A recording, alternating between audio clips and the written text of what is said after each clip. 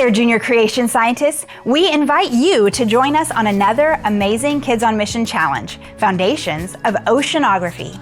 Dive into the depths of the ocean to explore how the oceans and all that are in them proclaim our Lord Jesus as creator of all. You'll learn about the zones of the oceans and features of the creatures in each zone that help those creatures not only survive, but thrive in those environments. You will get to meet Matthew Maury, the father of oceanography, as well as ICR scientists who study aquatic creatures. You'll explore the biological, geological, and chemical features of the ocean. Over 70% of Earth is covered in water, and much of the ocean depths have yet to be explored.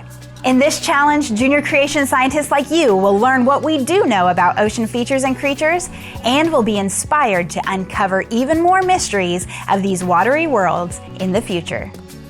O Lord, how manifold are your works! In wisdom you have made them all. The earth is full of your possessions, this great and wide sea in which are innumerable teeming things, living things both small and great. There the ships sail about, there is that Leviathan which you have made to play there. Psalm 104, 24 through 26.